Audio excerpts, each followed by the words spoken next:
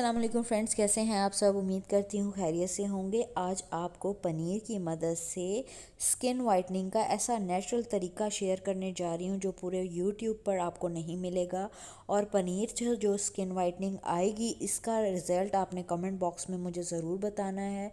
ये मेरी कज़न के हैंड है, देख ले। इस रेमेडी को ट्राई करने के बाद इसने फेस पर भी लगाई थी, मैंने भी फेस पर लगाई थी। कैसा वाइटनिंग रिज़ल्ट आया आप ख़ुद देखकर मुझे बताइएगा। और जब आप रेमेडी ट्राई करेंगे तो मुझे कमेंट बॉक्स में आपने ज़रूर बताना है कैसा रिज़ल्ट रहा। मेरे हाथों पर इस रेमेडी का रिज़ल्ट आप देख सकते हैं।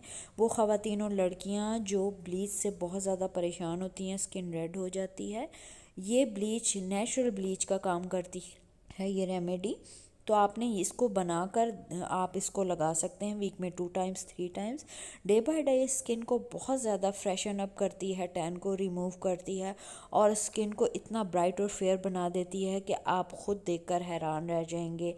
इसके लिए आपको दही की ज़रूरत होगी और दही से बनाएंगे हम कॉटेज चीज़ यानी कि पनीर। आपने कोई भी मुस्लिन क्लॉथ ले लेना है और दही को आपने इस क्लॉथ में जो है स्टेन कर लेना है। आप इसे किसी छलनी में भी स्टेन कर सकते हैं। और याद रहे आपको इस प्रोसेस को करते हुए 15 से 20 मिनट लाजमी लगेंगे। मैंने हाथों की मदद से दबा के निकाल दिया था, इतना टाइम नहीं होता वीडियो में। तो आपने इसे इसी तरह लटका देना है या छलनी में पड़ा रहने देना है। 15 से 20 मिनट बाद दही का सारा पानी निकल जाएगा। मेरा दही कुछ फ्रीज़र वाला था, इसलिए जो है मेरा कॉटेज चीज़ इतना अच्छा नहीं बन पाया। आप देख सकते हैं आपको यहाँ जो इस वक्त इस क्लॉथ में हासिल हुआ है ये है कॉटेज चीज़।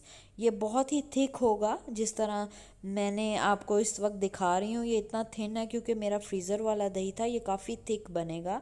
ये कॉटेज चीज़ यानी कि पनीर है। अब इस पनीर में आपने जो सेकंड चीज़ ऐड करनी है वो है मिल्क।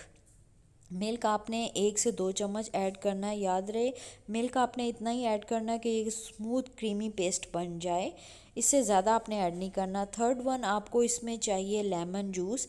आप हाफ़ लेमन जूस इसमें ऐड कर सकते हैं। अगर आपके पास इनकेस लेमन नहीं है तो आप इसमें हाफ़ टी स्पून विनेगर का भी ऐड कर सकते हैं।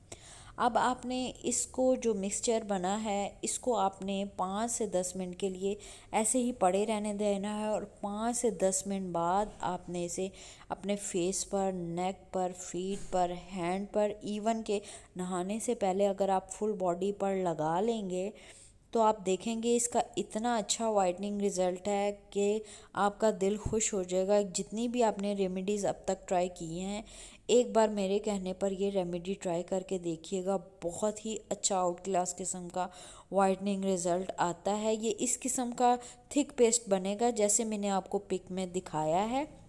मेरा थिन बना है क्योंकि मेरा फ्रीज़र वाला दही था। मैं आपको बता रही हूँ आपका ये थिक बननी चाहिए पेस्ट। इस तरीके से आपने मैंने हाथों पर लगा लिया, आप अपने फेस पर लगा के, नेक पर लगा कर आप 15 से 20 मिनट के लिए छोड़ दें। 15 से 20 मिनट के बाद आपने इसे फेस को धो लेना है, या फिर आप ऐसा भी कर सकते हैं कि हाथों को गीला करके हल्का सा मसाज करें फेस पर और फिर आप इसे रिमूव कर लें। स्पंज की मदद से मैं रिमूव करके आपको रिज़ल्ट दिखा रही हूँ। मैंने कोई भी फ़िल्टर नहीं लगाया हुआ। आप देख सकते हैं कितना अच्छा वाइटनिंग रिज़ल्ट आया है मेरे हाथों पर। आप मेरा राइट और लेफ़्ट हैंड दोनों को क्लियरली देख सकते हैं कितना अमेजिंग वाइटनिंग रिज़ल्ट आया है। और हमारे जो फैमिली में ये जो जो ट्राई करता है बहुत अच्छा रिज़ल्ट, बहुत अच्छा फ़ीडबैक आता है, बहुत अच्छा रिज़ल्ट रहता है। तो आप भी ट्राई कीजिएगा। अपनी स्किन को जितना चाहे गोरा करें। जो लोग ब्लीच से बहुत परेशान होते हैं कि हमें स्किन पे रैश हो जाते हैं, बार बार उनके मैसेजेस आ रहे होते हैं, हम क्या करें, तो ये एक नेचुरल ब्लीच रेमेडी है। आप ट्राई कीजिएगा और इसका फ़ीडबैक आपने मुझे कमेंट बॉक्स में ज़रूर देना है। मेरी वीडियोस अच्छी लग रही हैं तो मेरे चैनल को सब्सक्राइब करके बेल के आइकन को दबा दें ताकि मेरी हर वीडियो आपको मिल सके। अल्लाह हाफिज़।